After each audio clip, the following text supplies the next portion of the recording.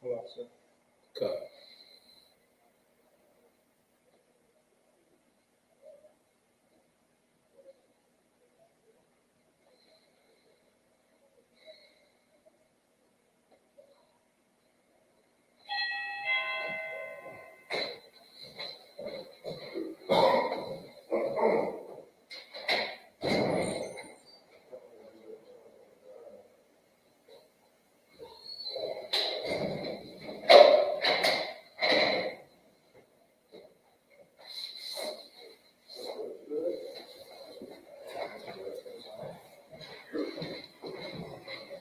Hey, Shalom, boy. What okay? You know, they still posting the link in the chat for the signings. I'm doing that right now, sir. It's like a separate page, like a separate link. I posted to Facebook and YouTube before I start. Could you send it to me too? Oh yeah, come on. Like, would I be able to take the link and just post it in any class? Come on.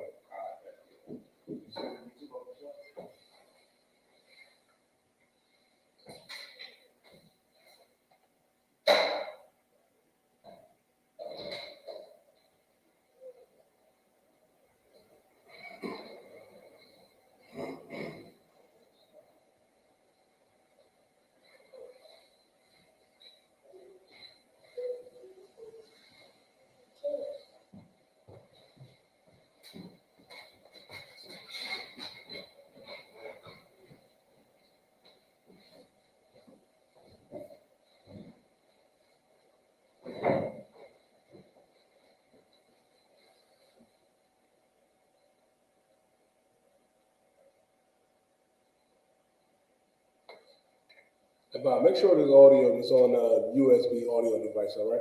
Come.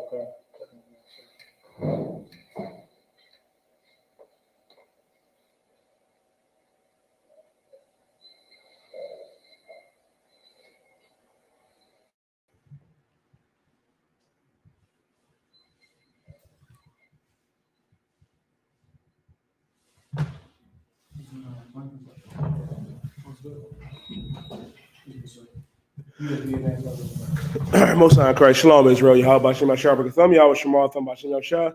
Priest and officer 1000, your dime holding it down till 12 show General Muhammad gets here. Got any questions in the room or questions online?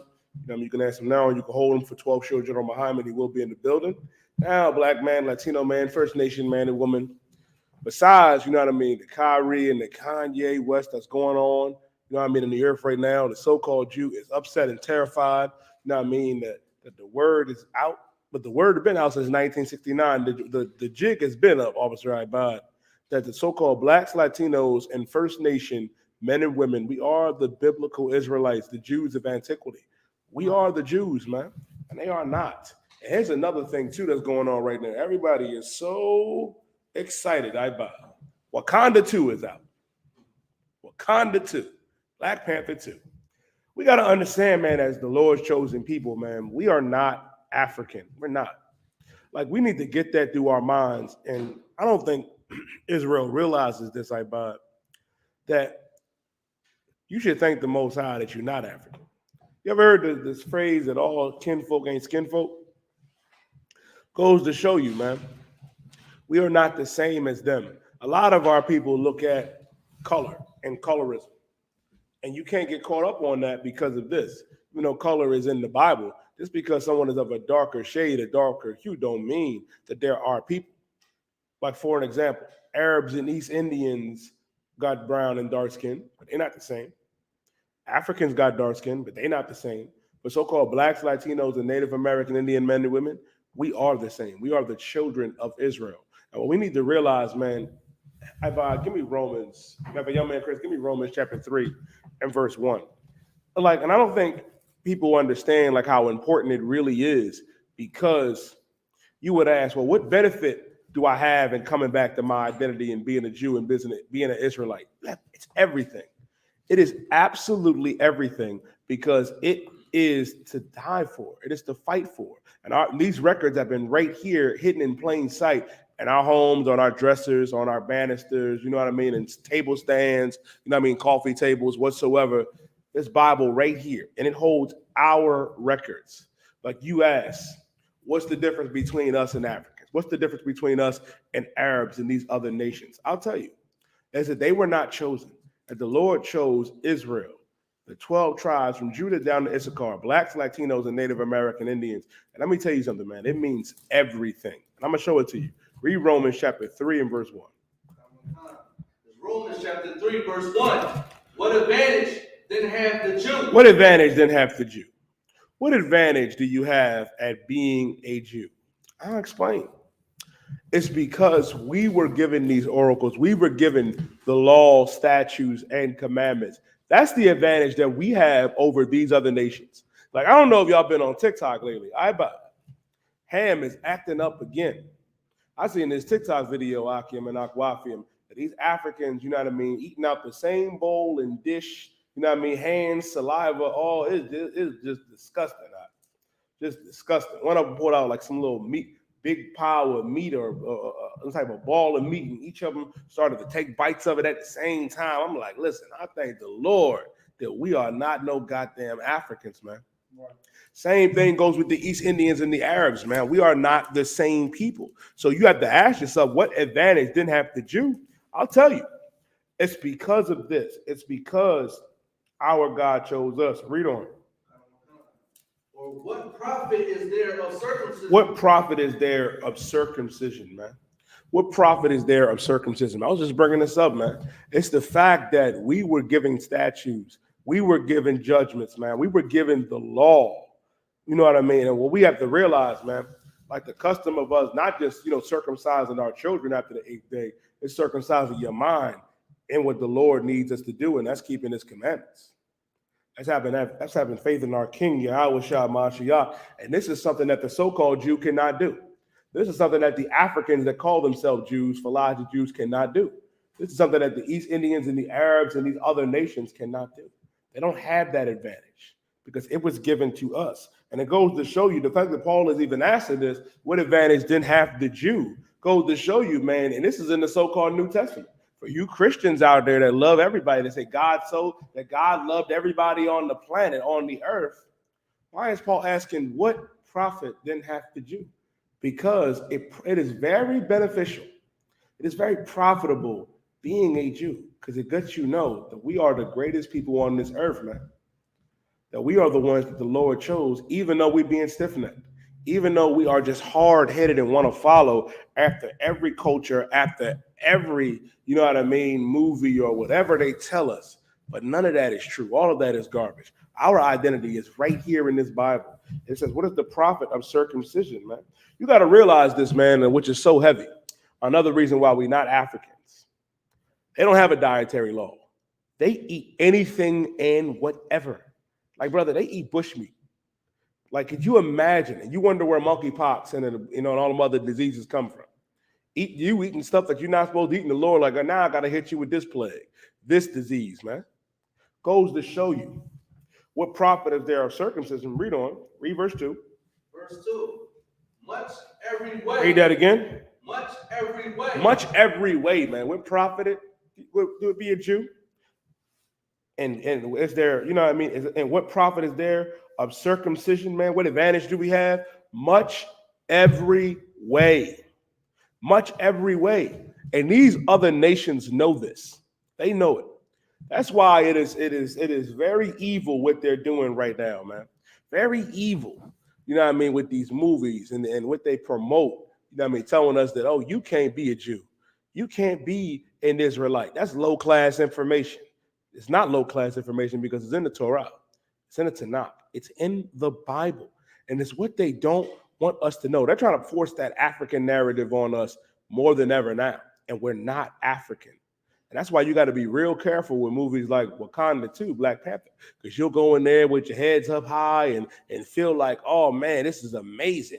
Like this is just mind battling. Now here's the thing, man. And that's another problem that we have, that we don't have proper representation in these movies. And what makes it even more evil is that they're putting us against our own brothers and sisters of the tribe of Issachar.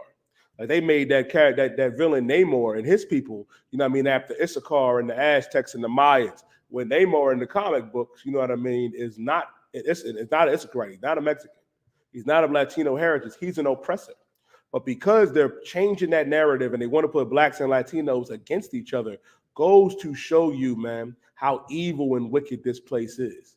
Well, it is an advantage. We have an advantage as Latinos and Native American Indians and so-called Negroes of being Jews, man. Much every way. And these other nations know it. And that's why they push these evil narratives, man. We got to realize, man, that we have to take advantage of this advantage. We have to. And how do you do it? It starts by coming into these classes. It starts, you know what I mean, by coming to class physically if you can and battling your demons and conquering them and realizing, man, now is the time to escape all of that garbage, all of that BS that's out there in the world, man. Like, it ain't nothing out there. You got to come in here and grab your identity back and take hold of it because it's what we have and it's ours and nobody can take it away from us. It says, what advantage then hath the Jew, or what profit is there of circumcision? Much every way, man. Which goes to show you why we got to battle and fight even harder now. So when they come out against Kyrie Irving and say, oh, you know what I mean, you can't be, they telling him he's anti-Semitic. And he said, how can I be anti myself? They're coming after Kanye in the same way. Black man, Latino man, First Nation man and woman, we can't be anti-Semitic because we are Shemites. We are descendants of Shem, and not everybody was chosen out of Shem. Abraham, Isaac, and Jacob, whose name was changed to Israel. That's the advantage of being a Jew, because we're the ones that were chosen. Much every way, read on. Chiefly, much every way, chiefly. Let that settle in. Chiefly meaning greatly, man. That's why it is so evil to see what they promote on that television and on that internet. Like, you really got to monitor what the kids is watching. We got to monitor what we looking at too. Because, man, that mind control system that the so-called Jew in Hollywood has is insane. Now they want everybody to believe that we African. Wakanda forever. Nah. We not no damn Africans, man. We are not. We are the 12 lost tribes of the nation of Israel, Latino man, black man, and so-called First Nation and Seminole Indian man and woman. Much every way, chiefly, read on. Because that unto them read on. Yeah, because that unto them, keep going. Were committed the oracles of God. What are the oracles of God? The law. We were given instruction. We were given laws, statutes, and commandments, man. That was not given to these heathen. It wasn't given to them. It wasn't. I bought whole Leviticus chapter 20 and verse 26. And that's why it is essential for us to separate from Esau society and culture. Like, what do we look like letting the oppressor write our narrative? Write our history. What our history tells us that we were giving the oracles of God. That's why when you read in Job chapter 9 and verse 24, it says the earth was given unto the hand of the wicked. The earth was given unto the hand of the wicked. Who is the oppressor? And it says, you know what I mean? If not him, who is he? And let me tell you something. If the oppressor is not the devil that the Bible speaks of, who is? You would still be searching. The oppressor is the wicked on the earth. He is the devil that the Bible speaks of. It says he covered the faces of the judges thereof, man. He covered up the face of our King Yahushua Mashiach and turned him into that homosexual oppressor, Caesar Borgia, man. Painted over our king's image, painted over the images of the prophets, man. Moses, you know what I mean? Joshua, you know what I mean? Mattathias, you know what I mean? Matthew, you know, John, Peter. They do not, you know what I mean? Malachi, Obadiah, you know what I mean? They do not want us to know that we are the ethnic Jews, that we are the biblical Israelites of antiquity. And that's why it is important, man, to take it back, because we were given these oracles, and that's why it's important to separate. That's why when you look at these films, man, and the narrative that they're pushing, it is going to cause more harm and division. It is. And what's really important is that what we need to understand as Latinos and so-called Negroes, man, we are not enemies. We are not each other's ops. We are family. Latino man, First Nation man and woman, nosotros somos familia, meaning we are family. We are the same, and we are in the same condition. That ghetto and that barrio and that so-called reservation, which is really a concentration camp, is hell. while the oppressor and these other nations are in heaven. We can make the barrio and the ghetto and the reservation a heaven, but it starts with us coming back together, like the scriptures say in Zephaniah 2:1, and like the one we're getting ready to read in Leviticus, man, because separation is key. We got to separate ourselves from Africa. Separate yourselves from Wakanda. Separate yourself from whatever type of, you know what I mean, African spirituality and America with the oppressor and all of these things, man, that have been detrimental to our people. Read what you got, Ibad. Okay. This is the book of Leviticus, chapter 20, verse 26. Go ahead. And ye shall be holy unto me. Listen, man, the Lord said, ye shall be holy unto me. Holy means to be separate, set apart. When you look that word holy up, it just means separate, just means set apart. Ain't your auntie, your grandmama, mama with that feathered hat on in church. It's not your pastor or your imam with a white robe and gown on. That's not what holy means. The Lord is saying, ye shall be separate, set apart unto me. Meaning we should be separate unto our God, because our God did not choose the Africans. He did not choose Wakanda. He didn't choose the oppressor, didn't choose the East Indians, did not choose the Arabs. But he did choose Latinos. He did choose the Native American Indians. He did choose that Negro. We're the ones the Lord chose. And what do we do? What do we do? We choose to be integrated with the oppressor society because of wicked leaders like Martin Luther King, because of wicked leaders like Al Sharpton, because of your congressmen and senators and entertainers who have all bent the knee to the oppressor. Here in the Israelite school of the universal practical knowledge, we don't bend the knee to the oppressor. We do not. Under Commander Gen.YAHANNA, we bend our knee to our King, Yahweh Shah Mashiach. Christ did not die so we can vote in the oppressor's elections. Christ did not die so we can continue to think we can thrive and be free, white, and 21 in American society. No, we have to separate from these other nations. Read on. Okay. And for I, the Lord, am holy. Because God is holy. God is separate. God is separate. Like I saw y'all on Twitter. I saw them. They on there. You know what I mean? A lot of y'all, listen, I saw one brother coming out the theater, Chris. He was crying. Another brother holding him up. He doing this shit right here. I'm like, God damn. Like, it's like that. That's the type of mind control it has. When God ain't when the Most High Yahweh ain't the God of the Wakandans, he ain't the God of the Africans, he ain't the God of these East Indians and Arabs, man. Africans and Arabs, they got gods for each day of the week, especially them Arabs. They had to narrow it down to 4, Allah and his 3 daughters, and then choose Allah, which is garbage, which ain't real. You can forget about all them homosexual gods the Africans got. Good night. We can be here all night on that. And that's another thing too.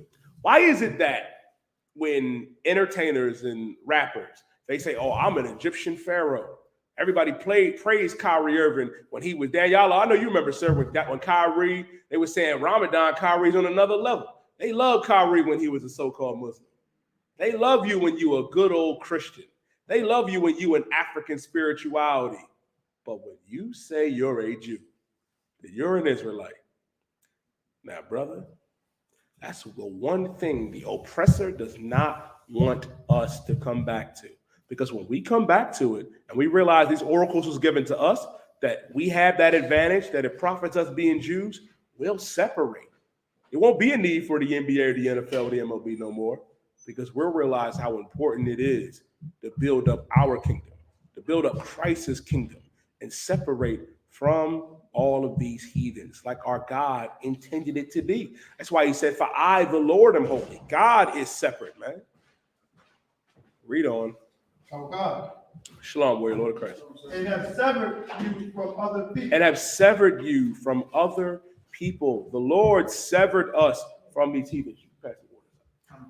Severed us from other people. God severed us from the Africans, man. God severed us from them. And let me tell you something, man. Everything great, remind me, Ibad, tomorrow. I'm going to go over this tomorrow on why we not Africans extensively when I teach Tuesday, brother glad. But I'll go into a little bit of right now. First of all, everything that you think it was great about Egypt, because I know a lot of y'all like, oh man, Egypt, the pyramids, the aliens came down and helped niggas and did this. No. Let me explain something to every black man and woman that can hear my voice. And for you Latino brothers and sisters too. When y'all see pyramids, y'all back should hurt like mine. Because who do you think built them? Who do you think built those pyramids? Who do you think built and made Egypt what it was? Off of the slave labor of blacks and Latinos and Native American Indians, man. Egypt ain't no different than America. We were in captivity, slavery, bondage first over there. And even when you go back further, right, in the Josephus, what made Egypt and whatever type of knowledge or arithmetic that they had, a black man by the name of Abraham, our forefather, had to go in there and check them Hamites and say, hey, y'all not doing this right. You got to do it like this. You got to do it like that. So everything great about them, they had a hand from us. Why do you think they're so jealous? Like, I'm going to ask the question. Everybody knows that Black Panther is coming out. They came out. Everybody is infatuated with Africa. Where is the African Michael Jordan? Where's the African LeBron James? I know y'all love Joel Embiid, but I'm going to tell you something. Everybody in this room would give up their right hand to have LeBron James for one good year versus Embiid's good year. Am I lying there, y'all? And that's LeBron now. You would rather have Kevin Durant. You'd rather have Kyrie Irving. You'd rather have Devin Booker, who's of the tribe of Issachar. Guess what? Because we're better than them. For every so-called heathen that you can think of, there is 100, maybe 1,000, 100,000 more brothers and sisters that are greater, that can just roll out of bed and be better, because they're not like us. Our God severed us from them for a reason, because separation is good. If I severed my arm from my body, it's no longer attached. Now, knowing that, right? You know who else is really good at this? Separating? The so-called Asians. They do it. To Chinatown in every major city. And guess what? You have never in your life, in any of our lifetimes, you've never been in Chinatown and seen a brother or sister filling out an application to work in one of those establishments. You know why you'll never see it? Because they love each other. East Indians only hire East Indians. Arabs only look out for other Arabs. They may take advantage of brothers and sisters in their stores, but they run it. It's time for us to love one another that way. And we've done it before. Like, goddamn, when we came out of the physical slavery, 1865, you mean to tell me 40, 50 years later, we have hospitals, we have schools, Black Wall Street, we have Rosewood, we have our own cities? That terrified the oppressor and these other nations. Now, imagine if we were serving our God. Because it's something important that these other nations know. If I could, Bakar, give me Judith chapter 5, and it's verse 20, right, Ibad? Give me Judith chapter 5 and verse 20. That's why these other nations work so hard to push Wakanda to tell us that we're not Jews, that we're Africans, when we are none of that. Because they know who we are. They know the day we separate and serve our God, it is really going to speed up the fall of this kingdom. And this kingdom is already fallen. Babylon is fallen, and it's going to rise no more. But when we start to really separate, when that black man and that Latino man link up, because y'all looking at Black Panther 2 and watching, you know what I mean? You're watching, you know what I mean, blacks and Latinos go at it, causing more division. What they don't want is Issachar and Judah to come back together. My God, could you imagine that? Could you imagine that a ripple effect that would have? You got to understand, man, and these other nations know it. They know it. And we're doing it in the Israelite School of Universal Practical Knowledge, man. Getting all the tribes together, man. Coming back into this truth. Judah chapter 5 and verse 20 in the Apocrypha. Because what's so heavy about it, right? And which makes it so evil,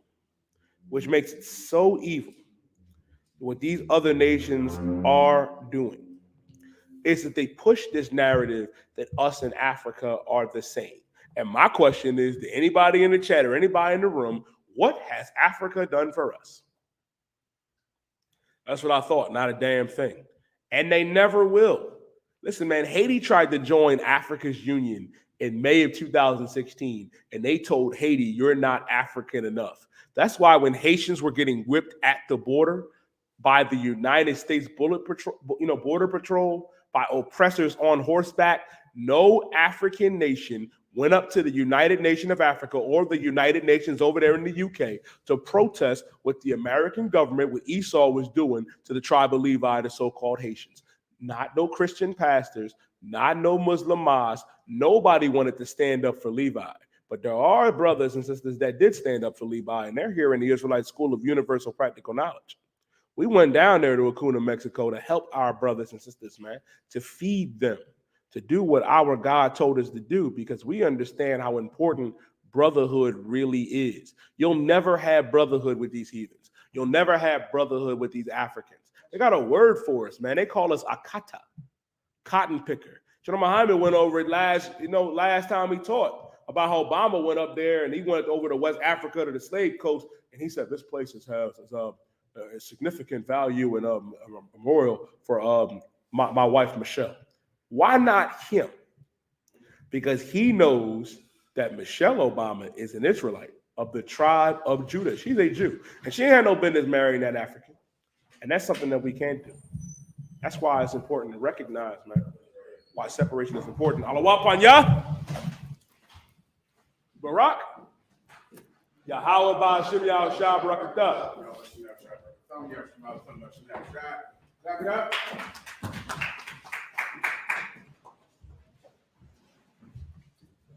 Right, let's get it on. I'll take your questions in the room.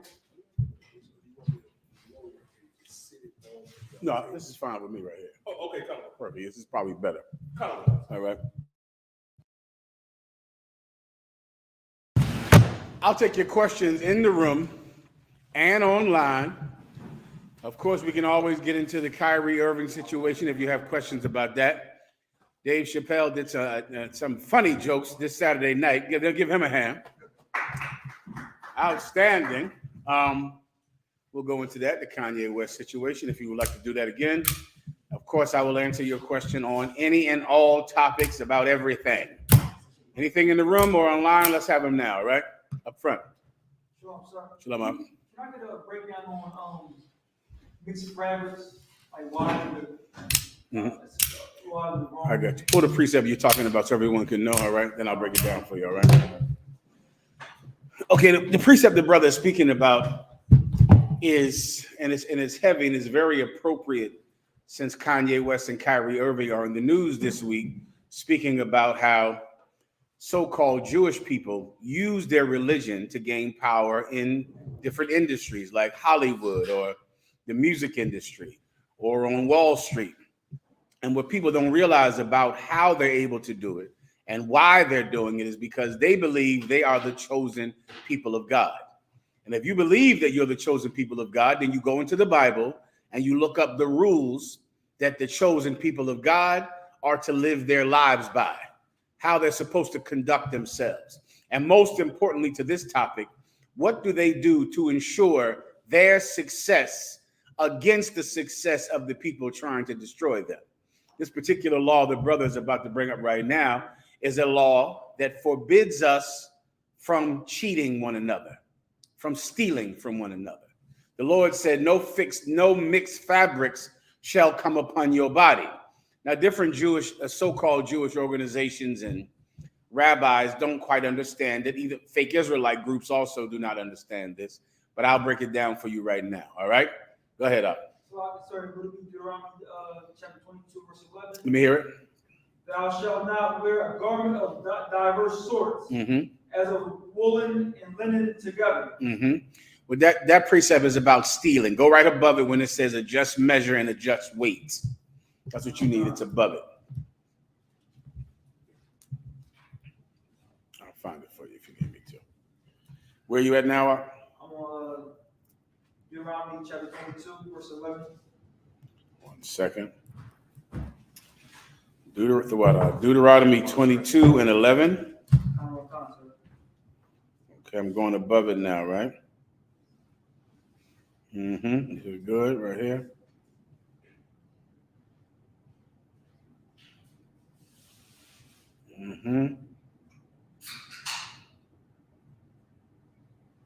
Read 4. The book of Deuteronomy, chapter 22, verse 4. Thou shalt not see thy brother's ass or his ox falling down. Read 2. Verse 2.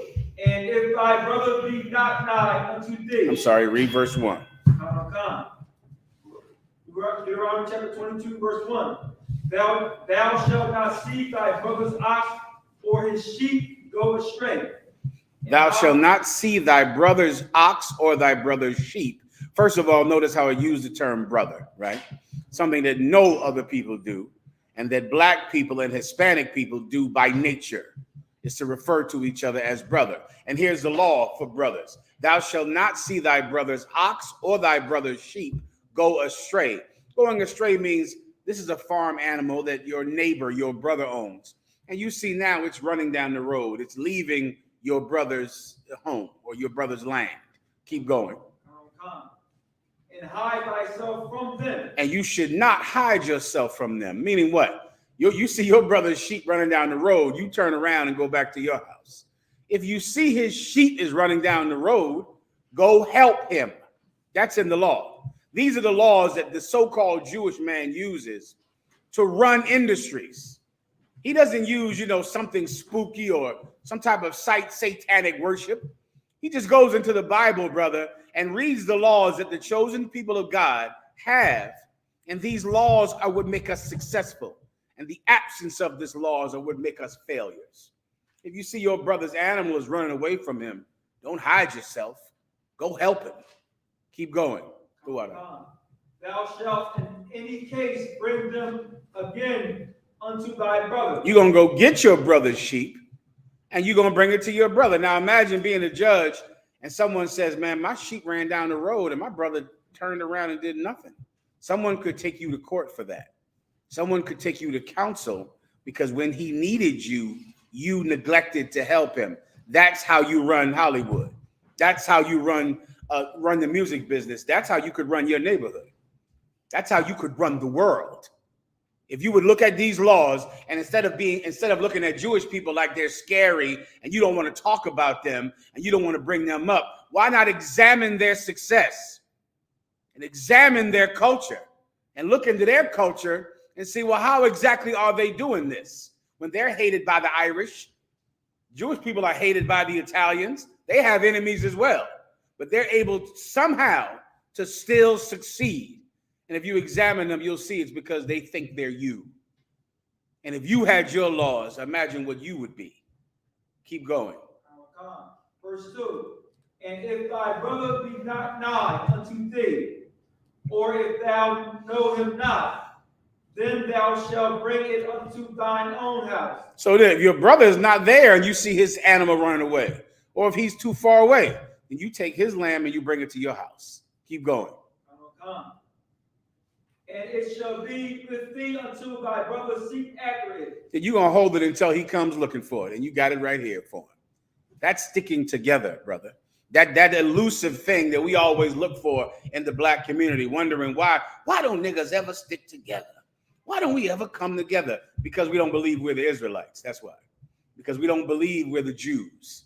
Because we don't consider the Bible to be a book of rules. We think it's what pastor holds in his hand while he shakes his tail and dances all around the room. Because we don't actually read the Bible and decide to obey it. Keep going. And thou shalt restore it to him again. Go ahead. In like manner. In what? In like manner. In what? In like manner. This is what you need for your answer. Keep going. Shalt thou do with his ass. Keep going. And so shalt thou do with his raiment. So when with his what? His raiment. With his raiment. In like manner, you're going to do the same thing with his ass, which means donkey or burro in Spanish. You're going to do the same thing. If you see his animal running down the street, you get it, you go help him. If he's not there, you take it into your house until you see him. Keep going. And with his raiment means his clothing. His clothing. Keep going. And with all lost thing of thy brothers, which he has lost, and thou hast found, shalt thou do likewise. So imagine being in the black community, and you drop your wallet on the ground. You drop your cell phone, which has probably happened to everybody. And you come back there and you know somebody is holding it for you. Somebody has your cell phone. Either it's standing right there or someone has it and they leave you a note telling you their address so you can come get your cell phone. That world would be heaven. That's heaven. That's heaven, where no one would ever touch your child or touch your woman. You drop your cell phone, just go back to where you think you had it, brother. Somebody has it, and somebody's waiting for you to come pick it up. That's heaven, man. And that doesn't come from some magic or some secret meetings. That just comes from obeying the commandments of God. But if you don't know that you are the people of God, then of course you won't obey these commandments, which is the great crime of this world, which is the great crime of the people who take our customs for themselves and then tell us that we're someone else. That's a crime, because look at what it's done to us. Look at what not having these laws has done to us. Keep going. Thou shalt surely help him to lift them up again. There you go. What verse are you at? Sorry, sir. I'm on verse 4. Go ahead. Thou Skip down shalt- to 6. For time, I got to move it on now. Give me 7. Verse 7.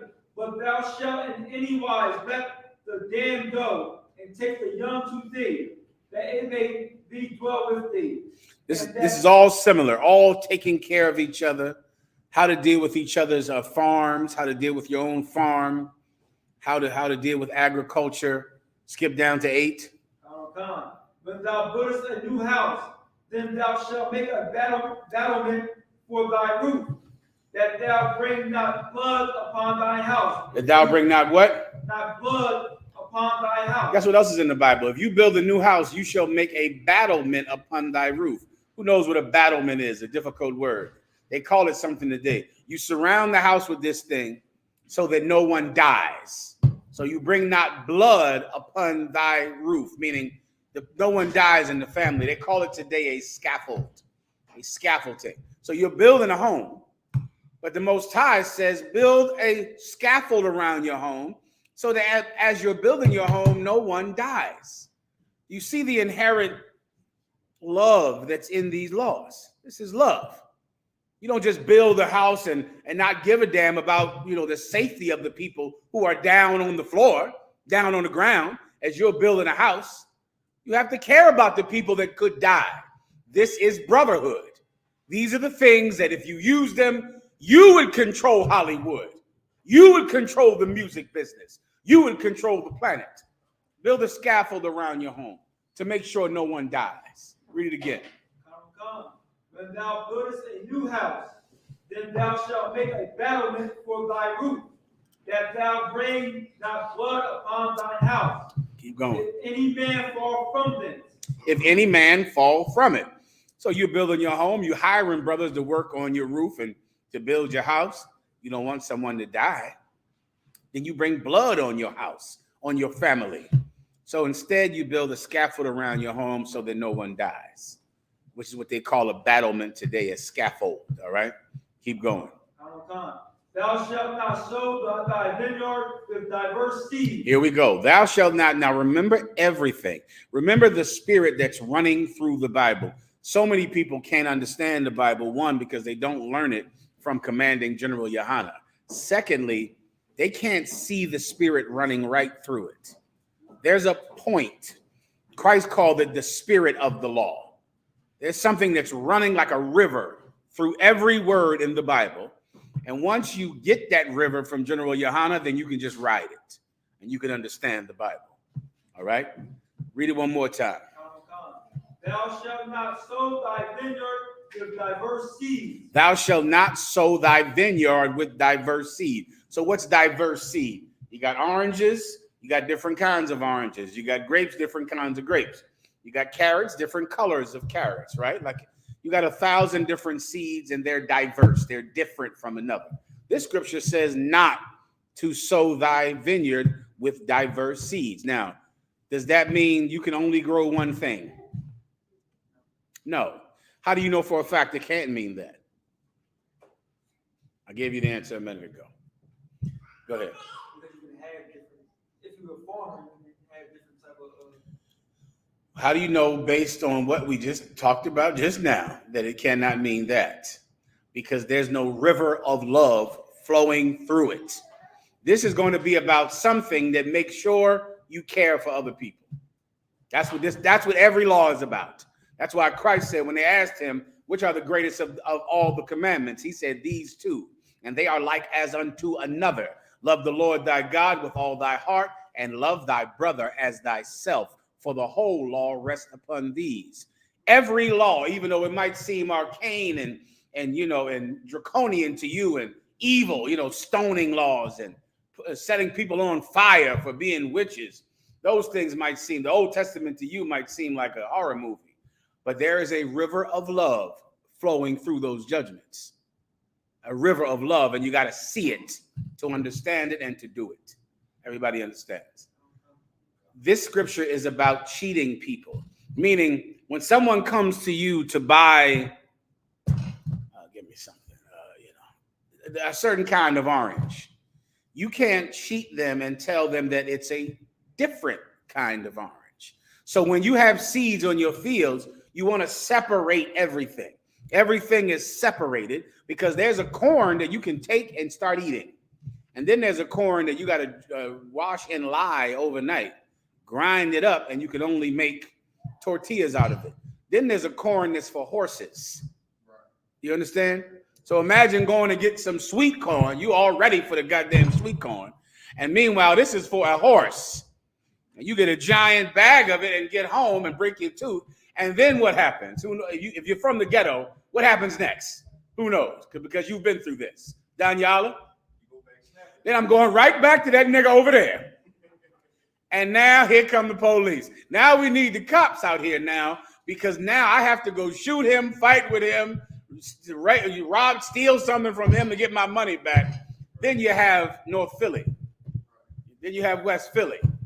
And you have Camden. Everybody understands that. You've been there before, right?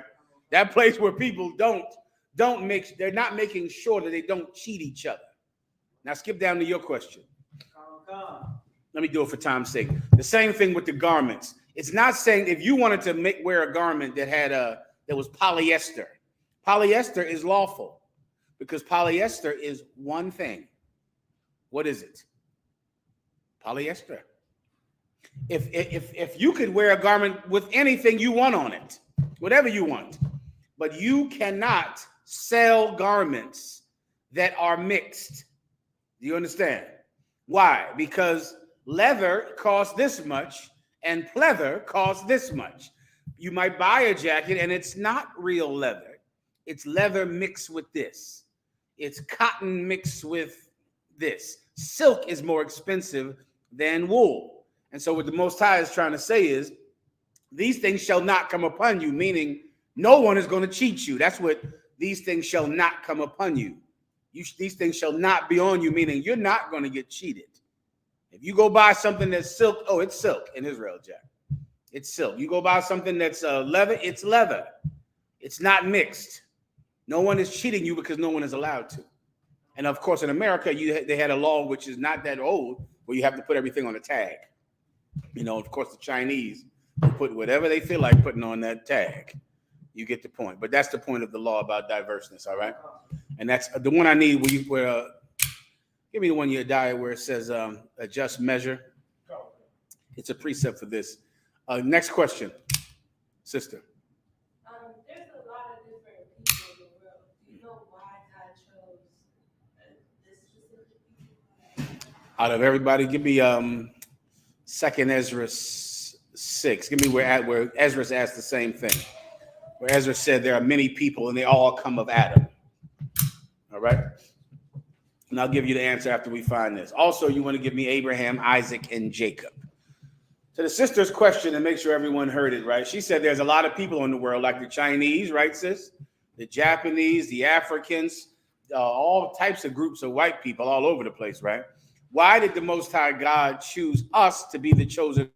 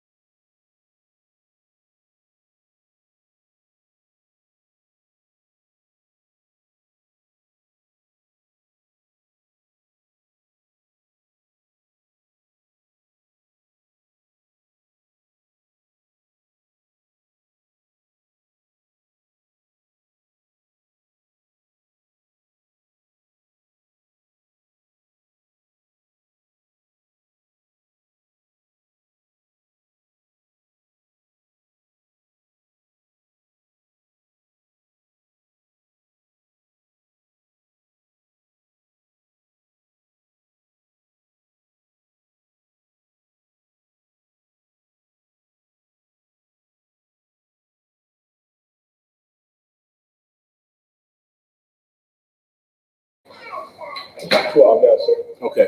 So the sister's question again, why did he choose this nation? Because this nation comes from men who the Most High God loves. First, he loved Adam. And Adam lost the Garden of Eden, but then Adam also had a son whose name was Seth.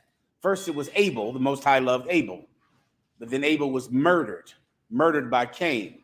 And then Adam had a son named Seth. And then time went on, and the Most High always had a certain son who he loved that came from Adam.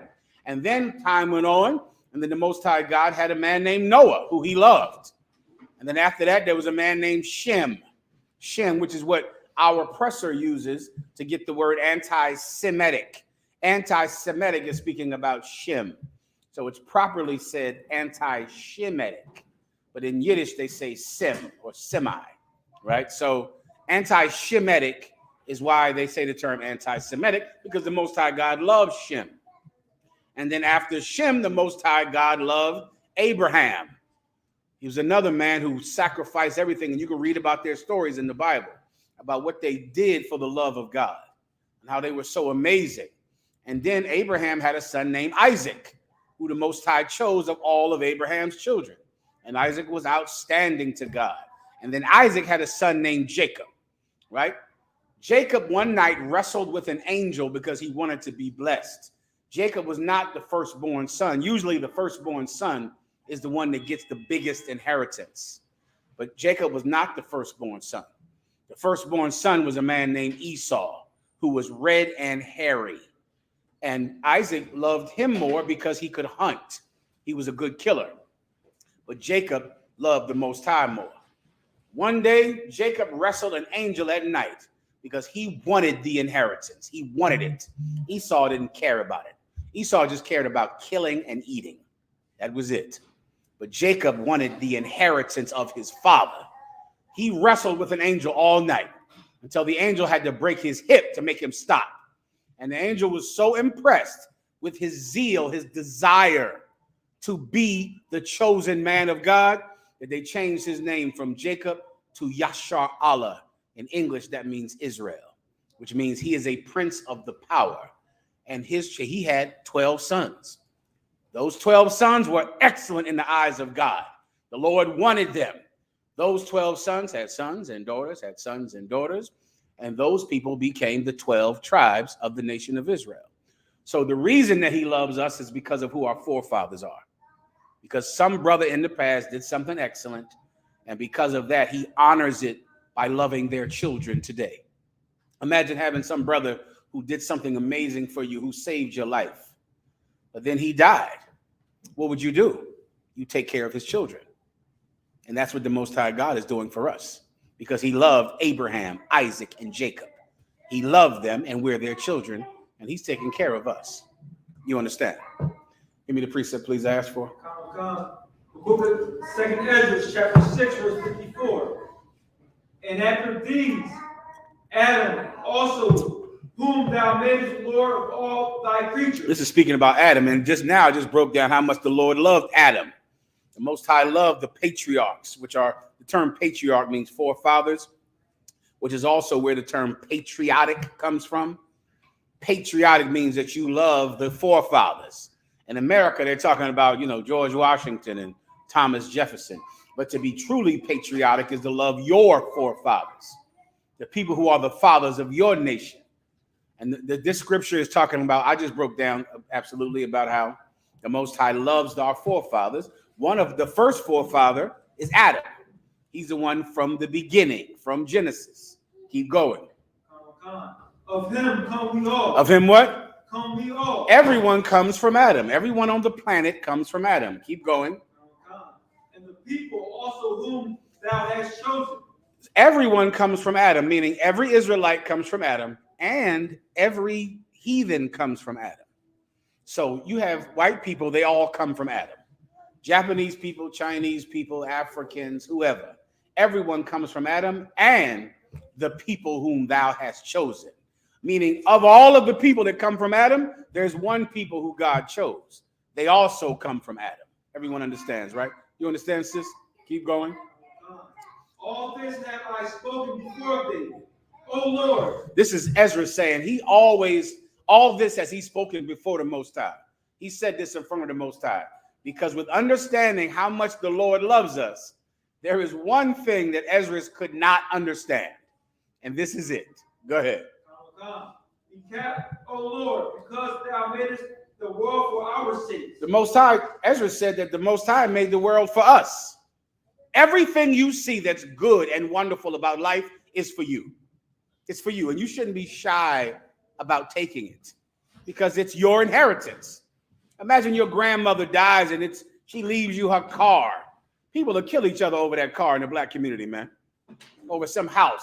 You'll kill each other because your grandmother left you $2,000. You want it. The Most High God, brother, gave Abraham, Isaac, and Jacob control of the planet. You don't want it? They died. And now it's yours. You don't want that? In the UPK, we do. Oh, we want it, brother. Please believe that. Keep going. As for the other people. Now, there are other people. Keep going. Which also come of Adam. They also come of Adam. They're not the chosen people of God, who God made everything for, but they also come from Adam. Keep going. Thou hast said. Thou hast what? Thou hast said. Who has said? God has said. God has said. Go ahead. Thou hast said that they are nothing. They are what? They are nothing. Say it again. They are nothing. That's in the Bible. That's in the Bible. That's what God said about them. This is what God said about us, that he chose us because he chose Abraham, Isaac, and Jacob, and we're their children. So he chose us. The other people, he has said that they are nothing. Keep going. But be like unto spittle. You know what spittle is, right? That sound familiar to you? Spittle. Spittle is spit. That's what they're like. Keep going. And has likened the abundance of them. He likes it. He likens the whole abundance, meaning all of them. Keep going. Unto a drop that falleth from a vessel. They're like a drop of water that falls from a bucket, like one drop on the ground. That's every heathen race, every last one of them. Keep going. And now. And what? And now. And this is what Ezra could not understand. He knows that God said they're nothing. He read that. That's in Isaiah. He read that. He knows that he is a member of the chosen people of God because he knows his forefathers are Abraham, Isaac, and Jacob. He knows that he's the chosen people that come from Adam. But this is what he could not get. Those same people who he was taught always that they're nothing, they're spit, they're one drop of water. These same people, go ahead. Oh Lord, behold these heathen. These what? Heathen. These heathen. The word heathen means nations. These heathen, go ahead. Which have ever been reputed as nothing. These people that you always told us are nothing, ever reputed, meaning their reputation among Israel is that they're nothing. That's what God always said. Keep going. Have begun to be lords over us. Have begun to be what? Lords over us. The same people. Now they're our bosses. Now we work for them. That Ezra could not understand. How could the whole Bible be about the Israelites being the chosen people of God? The entire Bible, front to back. And yet here we are sitting there in hell under them. That is the mystery of the universe that he could not get, and that so many people can't understand today. It's so hard to understand that you would rather just say you're not an Israelite, because then it would explain your condition. Because if you're not a Jew, well, then everything makes sense then. Then you're nothing. Then you're spit. Then you're one drop of water. Come to find out, you are the chosen people of God. They're nothing, and they're still our masters here. Was the vexation of Ezra. That's what he couldn't take. That drove him crazy. An angel of God came to him and said that you look at a clock. Imagine a clock. Most of the time of the clock has gone away. And now this time is almost over. That's what you have to remember about being an Israelite, right? This hell that we're here to suffer, we're suffering it because we are bad children who disobeyed our Father. And it's almost over. Like a clock where the time is running out. It's almost up. This hell is almost over. We're not here because we're nothing. We're not here because we're niggers and spicks and wetbacks. We're here because our God loves us and gave us the world, and we chose to reject it. And we chose to be like other people. And so we have to pay, like every bad child has to pay. But time is running out on our punishment. It's running out. And one day we're going to get the inheritance that Abraham, Isaac, and Jacob fought for. Everyone understands. Solid. Next question. Brother says, "Lot, sir, I got to break down Revelation chapter 11, verse 8 through 10. Who are the two witnesses?" For time's sake, the two witnesses are Israel and Judah. What used to be called the northern kingdom and the southern kingdom. Give me Ezekiel, I think 36, 37, where they shall no more be two nations. Also, some Issacharite brothers make a mistake of saying that they're the northern kingdom, and some Judite brothers make a mistake of saying that the southern kingdom. Don't do that. That is not one West to represent any kingdom but Israel. At one time, we were divided, blacks and Hispanics, into northern kingdom and southern kingdom, and to Israel and Judea. We were divided, and that division caused us to have a civil war where we killed one another. That war is over, and now we're one nation in the hand of the Most High God. But the two witnesses are speaking about Israel and Judea, or Israel and Judah, or the Hispanics and so-called black people. And now we're together, and we're one nation, and we're the two witnesses. You can read, I think it's Ezekiel. Just all I need is two nations, all right? There shall be no more twain. That's probably what you need. It's in Ezekiel 36 and something, all right? Anything else? Questions in the room? Questions outside the room? Someone give it to the brother, all right? Just look up. You have it out in the back? Is it Ezekiel 37:22? Sounds right. Nice and loud. Go ahead and read it.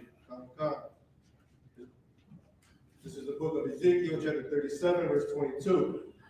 And I will make them one nation in the land upon the mountains of Israel. And the one king shall be king. Read above it. Read to the sticks.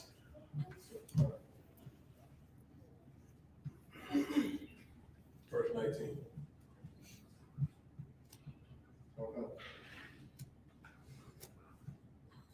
Say unto them, thus saith the Lord God, behold, I will take the sticks of Joseph.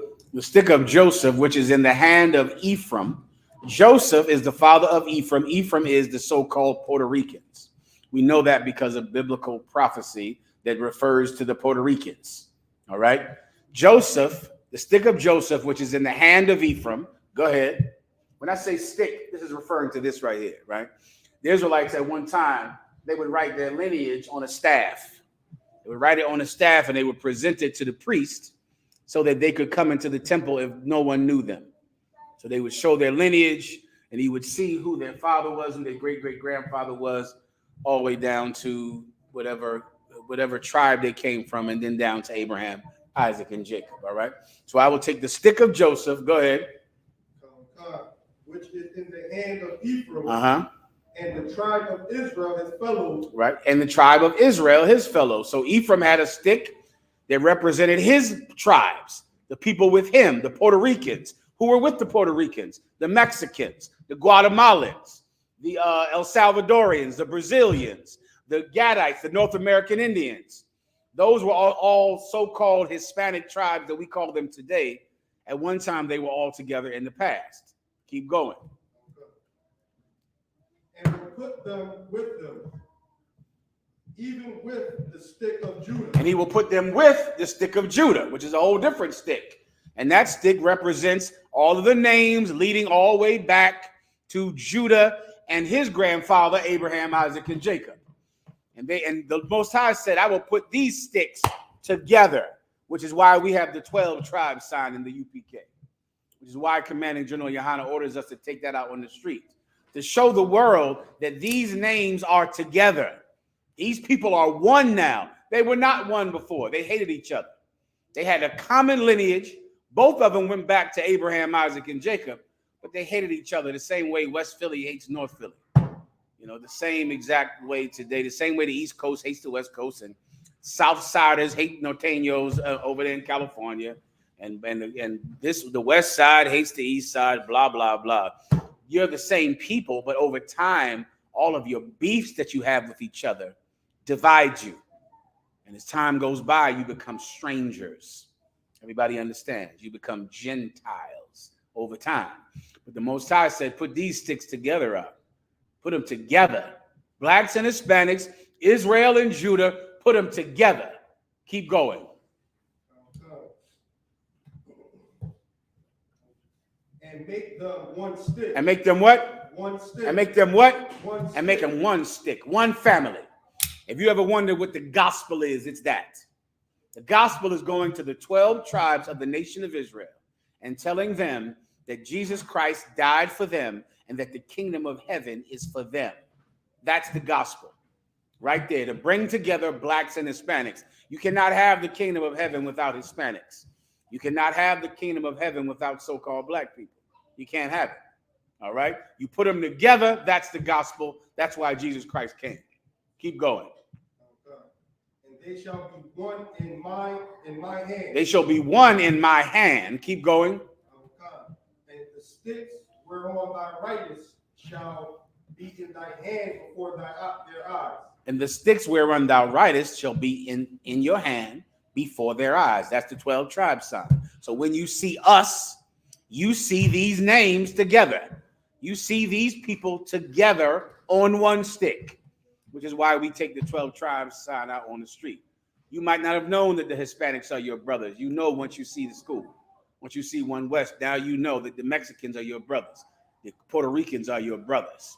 Forget about the fact that you're in the same ghettos, dying and suffering under the same oppressor. If that didn't tell you anything, then come see the 12 tribes sign. Now you'll know you're together. Stick down to the no more twain part. That video I need too, you die. The one I sent you today. Just all I need is no more twain. That's the point. Read Twain real fast. Go ahead. And the stick whereon thou writest shall be in thy hand before their eyes. Mm-hmm. And say unto them. I think it's farther down now. There shall be no more twain. I think you read it earlier.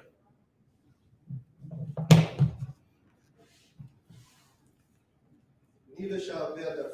I get it for you. Read 22. And I will make them one nation in the land upon the mountain Mm-hmm. of Israel. Mm-hmm. And one king shall be king to them all. Mm-hmm. And they shall be no more two nations. And they shall be no more. Does that say twain or two nations? They shall be no more two nations. They shall be no more two nations. Those are the two witnesses in Revelations that the Most High was bringing together.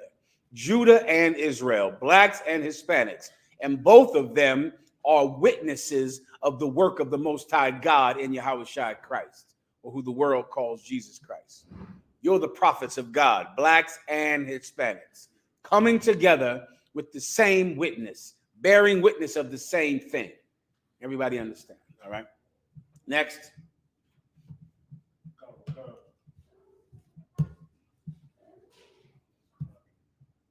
Brother says, Shalom, General. How do you deal with a gambling addiction, and what leads to the mindset behind gambling addiction? A gambling addiction is really no different than any other addiction. It's a lust, and you fight it the way that you fight lust. Let me give you some more examples, specifically to gambling. Gambling addiction comes from the pleasure that you receive when you win.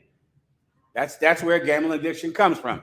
Sometime or other, somebody did a scratch off, and they hit, and it was like, yes, this is wonderful. And so then what do they do from now on? They're chasing that win, chasing it and chasing it. They chase it to Atlantic City. They chase it to Las Vegas. They chase it to dice games. They're chasing the pleasure of winning. What does that remind you of? You might go sniff cocaine one time back in the day, or sniff or smoke crack. And it was great. It was amazing. And then you're chasing it, please, over and over again. And over time, what happens? you start building up a tolerance to drugs. That's why with marijuana, they got to come out with a stronger strain every year because it just will stop working. You're going to get high, which is why weed addicts kill me. And then weed addicts love to talk about how they smoke weed all day. Well, there's a reason you're smoking weed all day, because it's not working. You get my point? You smoke cigarettes all day. Why? Because you don't get high enough on cigarettes after you tried a few. And you're not going to be able to get high anymore on weed after you've been smoking weed. You're going to need something stronger, something better, or you'll just need to constantly smoke all the time because you're not getting what you got a long time ago. So where does it come from? From pleasure. That's where addiction comes from pleasure. Now, when you're a child, your life is about pleasure. Your life is about whatever tastes good, feels good, makes you happy. When you become a man, you put away childish things. You understand? So a gambling addiction comes from pleasure and from someone who is too much of a baby to deny themselves pleasure. It's like asking a baby to not get his binky, to not get their pacifier. You get my point? What is a pacifier? A pacifier, it's not, there's no food in there. There's no milk coming out of there. But it just makes them happy. I'm happy now. Okay, this is good. All right.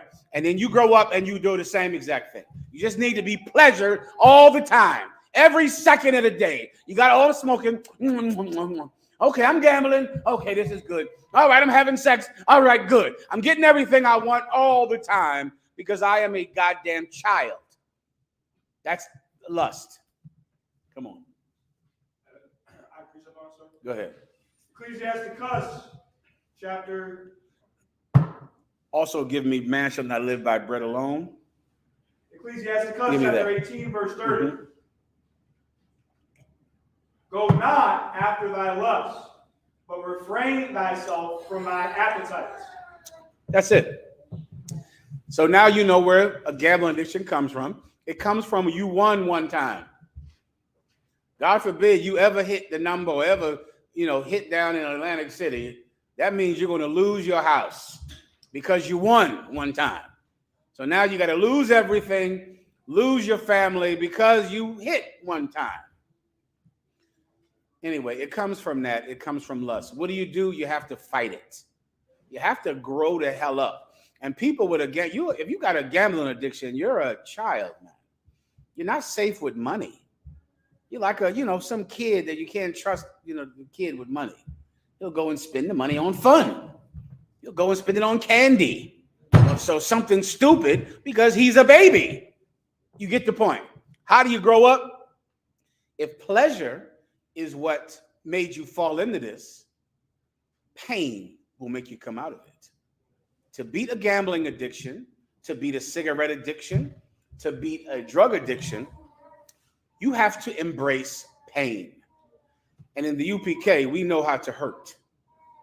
We do it. We'll do it for you. We know how to hurt you. And hurting yourself is how you beat lust. You embrace pain. You embrace a growling stomach. You know that feeling of a growling stomach? Like where it's just, and it's growling and you're hungry. You just accept it. And then one day you'll begin to say, oh yeah, I'm getting stronger as it growls, as I'm thirsty. I'm thirsty. I'm so thirsty like I'm going to die. Oh yeah, I'm going through this. I'm accepting this pain. I'm taking this pain. I'm embracing it. I'm realizing that I'm rebuilding a man with every bit of suffering. I'm rebuilding a man. And then before you know it, you're something else, something supernatural. Something supernatural. Precept, give it to me real fast. So what do? So you got a gambling addiction. You can't just stop gambling. Stop eating and drinking. That's how you get rid of gambling. You got a cigarette addiction. You can't just give up cigarettes.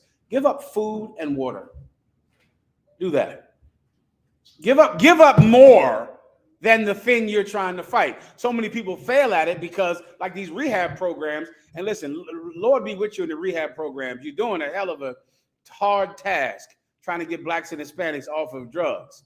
But of course, the recidivism of rehab programs is about 100%. Like everyone who goes into a rehab program is going back to drugs. That's why they got pins. I'm 1 day clean, 3 months clean, 1 year clean, 6 years clean, 1 day clean again. I'm back at it again. Here's my 1 day pin, because they're going right back at it. And so they count the days because they're going back to a 1 day pin again. Why?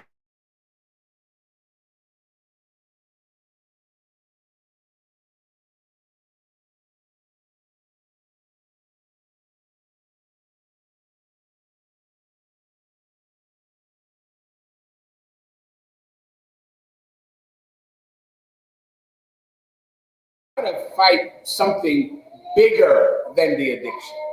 You got to take away something that is actually a necessity so that your body can go without something that is, if you understand the logic of it. Go ahead, Up. Sorry, this so what you're saying, this precept, Matthew 17 and 21. Let me hear it, please. Howbeit this kind goeth not out but by prayer and fasting. Absolutely, that's the point. All right, so a fast is when you go without food and water or one or the other based on what you're doing. The Day of Atonement we go through every year. For Christians in the world, you cheating yourself out of suffering by not going through the Day of Atonement. Right. Brother, I don't even like to drink wine. I had a glass of, what is this wine called? Prosecco. Have you ever heard of that before? Prosecco. I don't even know what the hell that is. But I drank a sip of Prosecco at the Day of Atonement when it was over. And I said, this is what the fast is about. I mean, I've had water after the Day of Atonement that was like, God damn, this is water. Like, it was amazing. It was like just the Day of Atonement, the sun is down, Kwame Yashala. Sip, bam! It was just the greatest thing in the world. And every year at that moment, I go, that's the whole fast. The whole fast is now after going without something that is a necessity. Meaning you could die if you continue this fast. Please believe that. If the fast goes too long, you die. But you embrace it and go through it and feel it. And water is right there. Food is right there. You can open that refrigerator up and eat. You could drink right there if you want it. It's right in arm's reach. And you don't drink it, take that muscle and give up gambling and give up cigarettes and give up marijuana. It's the exact same muscle. Denying your lust is a muscle that has to be grown. You got to grow it, which is why parents are supposed to be helping your children grow it. You're supposed to be teaching your children how to deny themselves. But of course, if you're sitting there smoking around your child, you ain't teaching your child anything. You're getting high in front of your child. You're smoking with your child. Some of you dumbass fathers out there, you think the day your son becomes a man is when you hand him a blunt. Like you smoke weed and you'll say, all right, son, here you go. This is so you don't got to get it out there on the streets. I'm going to give it to you in the home. You want your son to be a big baby, just like you're a big baby. And then eventually you'll need the police to come to babysit you. The CO will have to come babysit you because you don't know how to act. That's how you fight a gambling addiction, all right? Read the last precept I asked for. Matthew chapter 4, verse 4. But he answered and said, it is written, man shall not live by bread alone. The Lord said, man shall not live by bread alone. Meaning, if someone says, well, you have to eat to live, that is true. But that's not all you need. You need more than just bread to live. You need more than just water to live. Man shall not live by bread alone. Go ahead. But by every word that proceedeth out of the mouth of God. You need that to live too.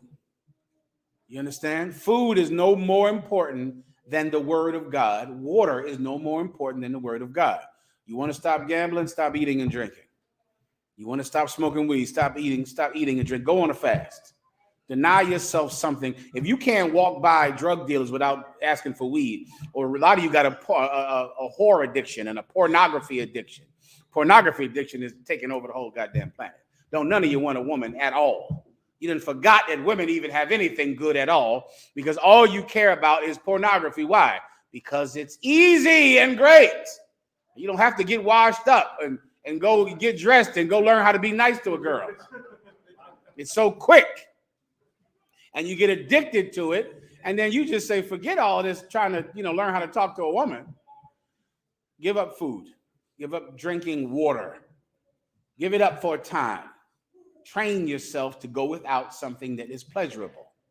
And then you'll be able to go without that thing that you're addicted to. All right, sister? If I meant to go off of that, like, how do you honor parents who are still childlike? Because what we think is honoring parents in the Bible is not what we think it means. The Lord said to honor thy mother and father, right? Give me when thy parents reject thee, then shall the Most High bring thee up. Also give me a man's foe shall be them of his own household, all right? Quickly, so I can get to the questions online. We grow up thinking that honoring your mother and father means to obey them, even when what they're telling you to do is wrong. You have no ability to honor your mother and father until you grow up. That's the part you got to get. Honoring your mother and father has nothing to do with you being a child. Children aren't honoring parents. Children obey parents. You understand? A child could hate cleaning its room and still clean its room. A child could hate doing the dishes, think it's evil for you to even ask them to do the dishes, and they'll still be in there doing the dishes. So why would a child do dishes when they don't want to, sister? Why would a child come home when a child doesn't want to? Why would a child do what you tell them to do, even if they don't like it? You understand the concept that some children do dishes, do chores, and they don't like to do the chores, but they still do the chores out of fear of their parents. So it's not about honoring their parent. If you're little, you're afraid of people who are big, right? And a child is small. So a child never is honoring a parent ever. A child is obeying a parent, and the child could hate what you're saying, but they're still going to do it because of fear. And fear is good. There's a time for fear. And children should learn fear. There's a time for that. You can only honor your parents when you're not afraid of them anymore. When you're no longer afraid of them, they can't do anything to you. Now you're the big one. Now you're bigger than them. And what could you do to your parents when they're old, they're small, you're big? What could you do to them if you wanted to? Sister? Listen to them. What do they tell you to do? You're grown now. What do they tell you? You're grown. You're an adult. You don't have to listen. Say again? They could definitely tell you what they think that you should be doing, but I didn't ask that though. I said, what could you do to them? Sister? You could abuse them. It's called elder abuse. And it's a terrible problem that we get, like every problem, from our oppressor. And now we do to people. Now we hurt old people. You get your mother now, she's old. She's old. She has diapers that need to be changed. She can't walk. She can't get to the grocery store.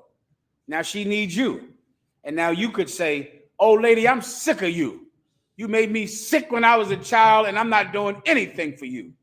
If you do that to your mother when she's old, then you are dishonoring your mother. Honor is something that you give to a person when to respect what they've done in the past. You honor them. I know you're old now, and I know I don't have to take you to the supermarket. I don't have to change your diapers. You can't make me change your diaper. You can't make me feed you. But you're my mother. I'm going to honor you by changing your diaper. I'm going to honor you by helping you take your medication. A lot of you, you'll raid your grandmother's little pill jar, raid her for all the pain meds in the pill thing. Before you know it, you shaking all the pain meds out of the little Monday, Tuesday, Wednesday, Thursday, Friday pill thing. Meanwhile, the grandmother her hip is killing her. She's in pain because you're taking all the Percocets that are in the thing. You don't honor her. You honor is for someone who's earned it. Well, you can't give it until you're old, until you're an adult. Honoring your mother and father is about taking care of them. It's not about obeying them. You obey them when you're a child. When you're grown, you honor them. When you're grown now, I'm changing your diapers. Now, that old woman might be talking all kinds of crazy garbage. You know, but no problem. All right, let me put your diaper on. Come on. Let me wash you up and put you in the bathtub. Let me, if you're not able to take care of them, then putting them in a nice facility that's healthy and clean and wonderful, that's honoring them. But you're caring about them for who they were to you. That's honor. For who they were in the past. You understand? Okay, what I'm saying is in the Bible. It's in the book of Ecclesiasticus. Christians teach everyone, honor thy mother and father is, you know, doing what your mama tells you to do. That's not what it is. I'll show you right here, then I got to go. Come on. Whoever has it. Ecclesiasticus chapter 3, verse 12. My son, help thy father in his old, it's like help thy father in his age. Keep going. And grieve him not as long as he liveth. That's what it means. Helping your father in his age when he's old. When he's old and now you could hurt him because you're the one that's strong. You're the one that's big, but you're going to help him. Give me Christ speaking about mother and father. In Matthew. Matthew chapter 10, verse 36. This is the one you need specifically, sis. Matthew 10 and 36. Go ahead. And a man's foes shall be of a man's foes shall be they of his own household. Read the one when it says he came to set a man at variance. Verse 35. For I have come to set a man at variance against his father. This is Christ speaking. Christ said, for I have come to set a man at variance against his father. Variance is like to be against them. I'm against. What we say varies, meaning they say one thing, I say another. Well, Christ came to make you go against your father. Now, because you're in the truth, you and your father no longer agree. He believes in one thing, you believe in another. Why? Christ is why. Because Christ came to do it, to set a man at variance against his father. Keep going. And the daughter against her mother. And what? And the daughter against her mother. There it is, sister. That's in the Bible. Christ came to set a man against her mother. Now you and your mother don't agree anymore. You completely disagree. Why? Because you're bad? No. Because you believe in Christ and your mother does not. Read it from the top. Matthew chapter 10, verse 35. For I have come to set a man at variance against his father. What color is this written in? Red. This is written in red. That means Jesus Christ said it. For I come to set a man, read it again. For I come to set a man at variance against his father, and the daughter against her mother. Keep going. And the daughter-in-law against her mother-in-law. Keep going. And a man's foes shall be they of his own household. Why will a man's foes, a man's enemies, be them in his own household? Christ. Christ. Christ destroys a lot of families in righteousness. A lot of them. They all sitting right in here. You understand? They're all right in the room. They're all right online. What you see is brothers in here who sacrifice their families for Christ. They give it up. Their mother hates them. Their wife hates them. Their children hate them. Hate them for Christ. And that's how it's supposed to be. I pray you understand that. Anything else? Solid. No, another question online.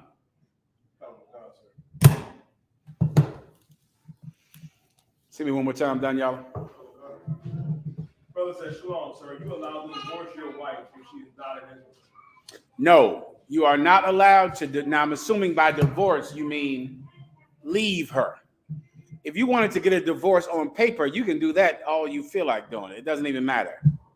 You could love her, be with her every day, and get divorced. And then just still go get back into bed with each other and forget about it. Because it means utterly nothing. Two men can go get that same marriage license. Two homosexuals. So a marriage license is nothing. A marriage license is really ending a business agreement. But it is not ending a marriage. It's ending a business agreement. And it has nothing to do with the marriage at all. Everybody understands, okay? So, but if your wife is a heathen, you are married to a heathen until she leaves you. You cannot leave a heathen wife. That's what they tried to get Moses to do. Moses had a sister that told him to leave his heathen wife. Why? Because it's unlawful to marry a heathen woman. Moses married a heathen woman when he was in the world, before God came to him in the burning bush. He married some heathen woman. when he finally kept the water, when he finally came into the truth, he brought a heathen back to Egypt. And his sister Miriam said, get rid of that heathen. You can bring a heathen in here? And Miriam, her hand turned to leprosy. She got not her hand, but she got leprosy, meaning she turned completely white for trying to get Moses to leave his wife. Marriage is forever. And let me tell you something. If you can understand the river of love that flows through the Bible, you can understand this. Even though that heathen, that your wife is a heathen, and you should have never married her, that was a mistake. You did it in your ignorance or in your lust. You cannot destroy that baby's family. That's love. You decided to marry a heathen woman, right? All right, she's a white woman. Now you're in the truth. And now, of course, you want to leave her because she's a heathen. But you have children with her. That's his or her family. You're not destroying that family because you realize now you were wrong. You got to ride this out up. You're going to have to do it, which is why you should never marry a heathen. Don't ever do it, because once you do it, it's done. There is no getting out of it because the Most High believes in love. So he's not now stripping this family apart. Now the children have to be separated. Now your heathen woman is now having sex with some new black man, and he's going to molest your daughter because you separated from her. No. You don't want a heathen wife, don't marry him. You women, you don't want to go good for nothing, do nothing man. I get you. And you shouldn't marry a man like that. You should marry a man that's a drug addict. You all do it, but you should not have sex with a man who gets high. That if you do it, it's a mistake. You should not marry a man that is a drug addict. You shouldn't marry a man because he has nice sneakers. That's a mistake. You shouldn't marry a man because he took a picture leaning on a car that was not his. You should not do that. That's a mistake.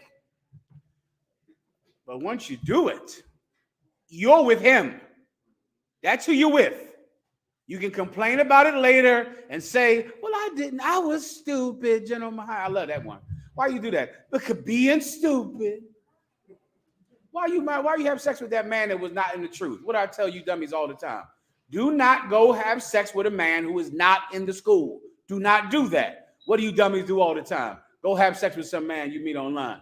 And then, of course, when you find out terrible things about him, you know what you say? Why you marry that brother? Being stupid. I was lonely. And, really it's my ex's fault because, see, he didn't call me enough. So that's why I married him. Well, that's rough, sis. I hear you. That's your husband now. That's him. That's your man. So be with him forever. You marry a white woman, that's your woman forever. You sisters, you marry a brother who's a drug addict and he's terrible and he don't want to get a job and he's awful. That's your husband forever. Just remember that before you open your legs. Brothers, remember that before you unzip your zipper. You have sex with someone, you cannot undo it. It is the most ultimate act of intimacy. It cannot be undone. Once it's done, it's done. Next question.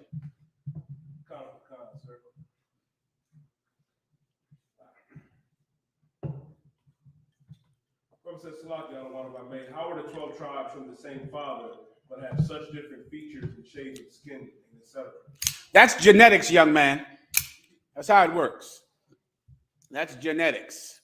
I don't know if you've seen a household of black people yet.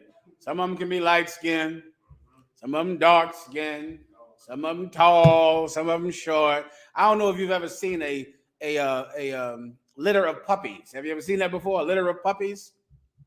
Sometimes they come out all kinds of different looks and colors of puppies. Some of them gray, some of them black, some of them with spots, some of them with no spots. The myth that you have to all be one shade is from eugenics. I had it in somebody remind me to bring the book in here. Blacks in the minds of whites. I think I have it in my phone.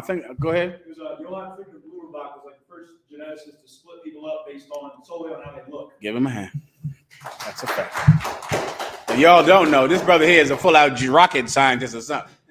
He go to work every day. A rocket scientist I am not exaggerating. I mean, a real send this to the moon, let it work on the moon. Am I correct? In space or whatever the hell you're doing, right? What's the cat's name again? Johann Freeman Blumenbach. Johann Freeman Blumenbach began to set everybody up into, categories based on their skin color. That's where you get mulattoes from. Mulattoes are black people. That's it. Or what's the dark one? Is it not Mandingo? Or he began to just separate everybody based on features and skin colors. And those different groups hated each other, which is why right now dark-skinned and light-skinned people hate each other. The new Wakanda movie came out. I'm sure you cried about it all night and day, right? I know you felt you got permission to be black when you went down there. Congratulations. I'm glad. How much did permission to be black cost you? $25?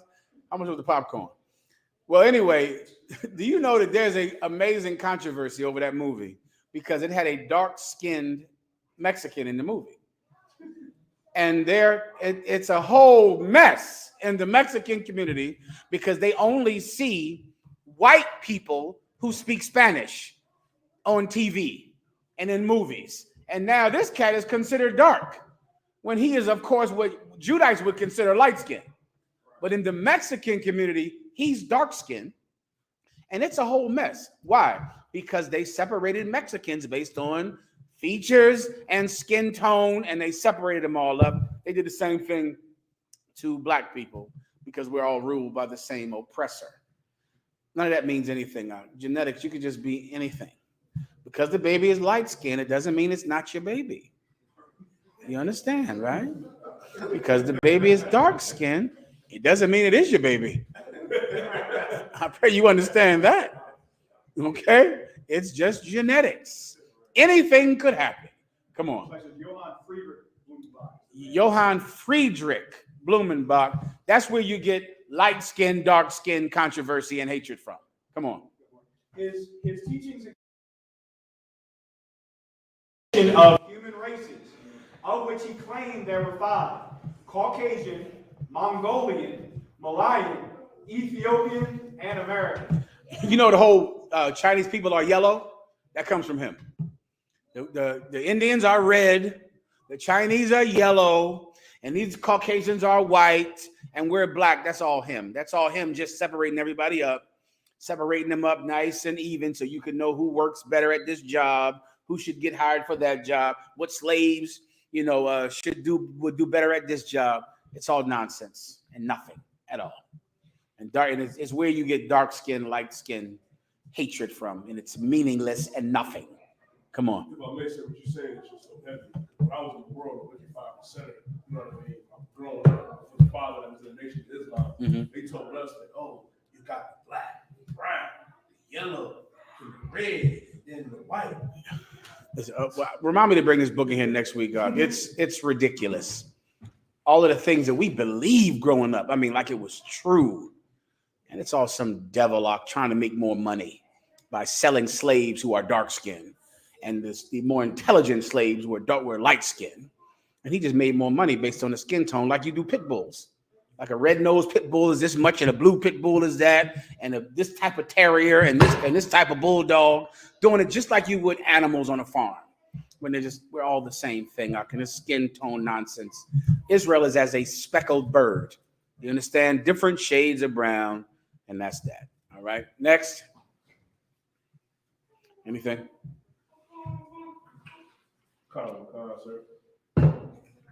Sir. When you want to do it? Whenever you're ready, sir. 36 minutes. All right. One last one. Let me play the video I had for you tonight. Of course, everyone knows that Kyrie Irving was called anti-Semitic. Anti-Semitic means that you hate Jewish people, right? And the Israelite school of UPK does not hate Jewish people. Right. The Israelite school of UPK does not hate white people, does not hate Chinese people, does not hate Africans. Hating someone has nothing to do with saying the crime that they committed. That's not hatred. So just say, if I say this man robbed me, when someone calls the police, you say, well, yeah, someone is stealing my car right now. What does the cop ask you? Abon, can you give us a description of the person? Can you imagine if you were saying, yeah, somebody is robbing me right now, they got a gun in my face. Can you describe the person? I can't say. I don't want to say what they look like, but they're robbing me. No one would ever go to jail, would they? No one would ever get prosecuted because you could never give a description of who is robbing you, who is stealing from you, who is committing murder. And that's what we're expected to do as blacks and Hispanics. We just can't describe the person who stole our identity, who stole our land, who stole the riches that God gave us, who pushes drugs in our community. We can't describe him. That's all we're doing now. We're not, this is a love group.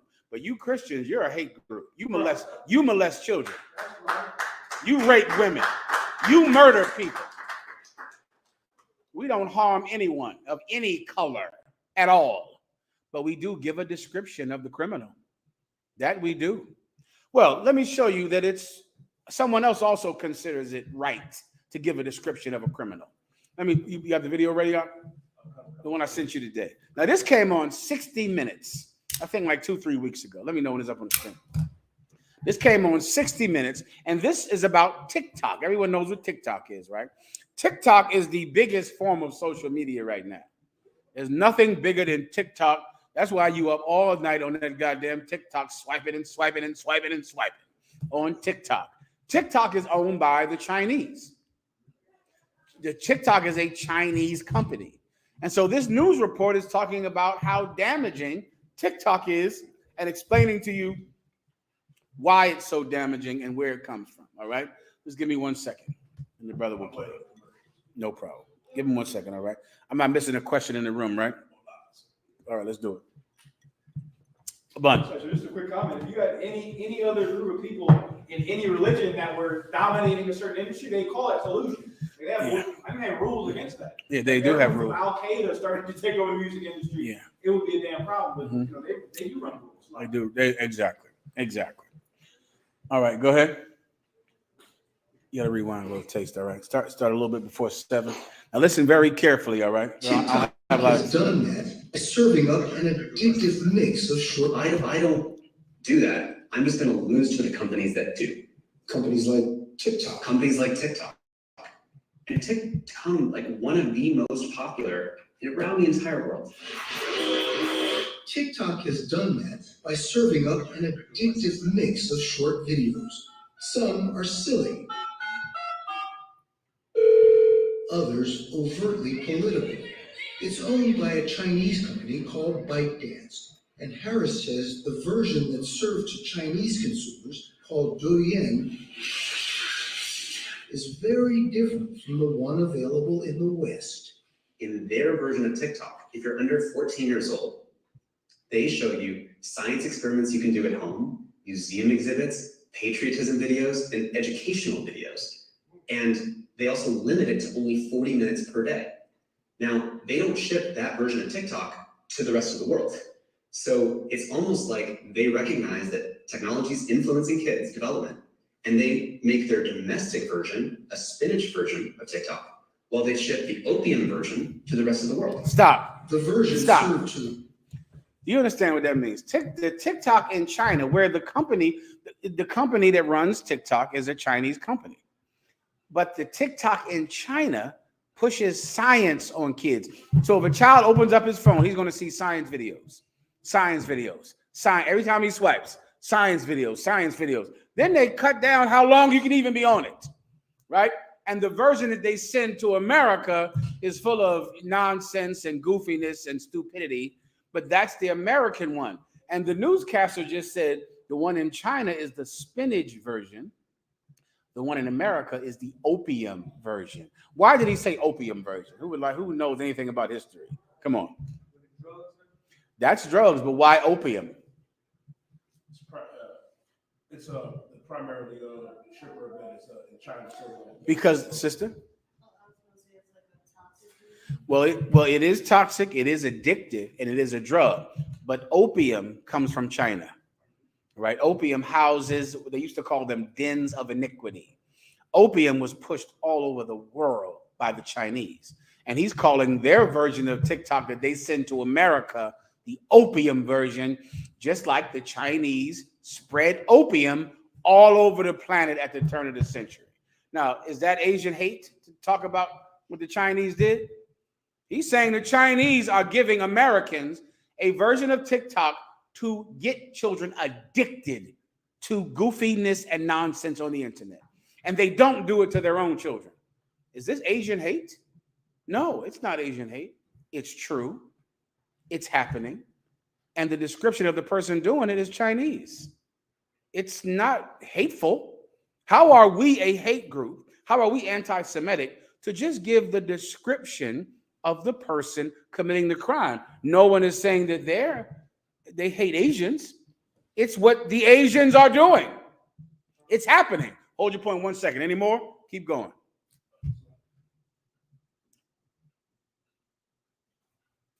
The West has kids hooked for hours at a time. The impact, Harris says, is predictable. There's a survey of preteens in the US and China asking what is the most aspirational career that you want to have.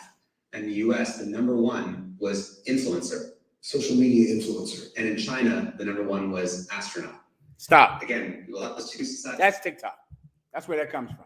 It's not racist to say it, though. To just say the Chinese are trying to make American kids stupid. They asked the number one job for someone in America that they wanted to aspire to was influencer, which I didn't even know was a damn job. I guess it's just going on the internet and making goofy faces, I guess. But that's what kids want. That is the number one job they want. In China, they all want to be astronauts. That's the number one job. And that comes from the Chinese poisoning the minds of American kids with an addictive form of social media. And it's not racist to say it. Clearly they can say it. Why can't we say it? Why are we wrong for saying who is putting poison in our community? Who's shooting us? Who's killing us?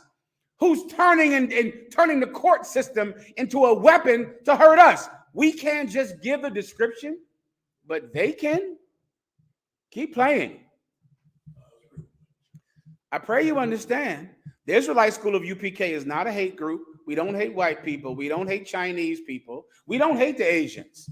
But we know that the Asians are sending an opiate form of internet, of a social media service to America to make your kids dumb. That's a fact. The Chinese are doing it. The Chinese are doing it, and Chinese children are not seeing the TikTok that American children are. And we know that the police and the corporations and the government and the politicians and the preachers and the rabbis and the Muslim mosque are all working together to destroy the lives of blacks and Hispanics. And it's not racist to say it. Right. With that, pass the class over to Priest Officer Daniel.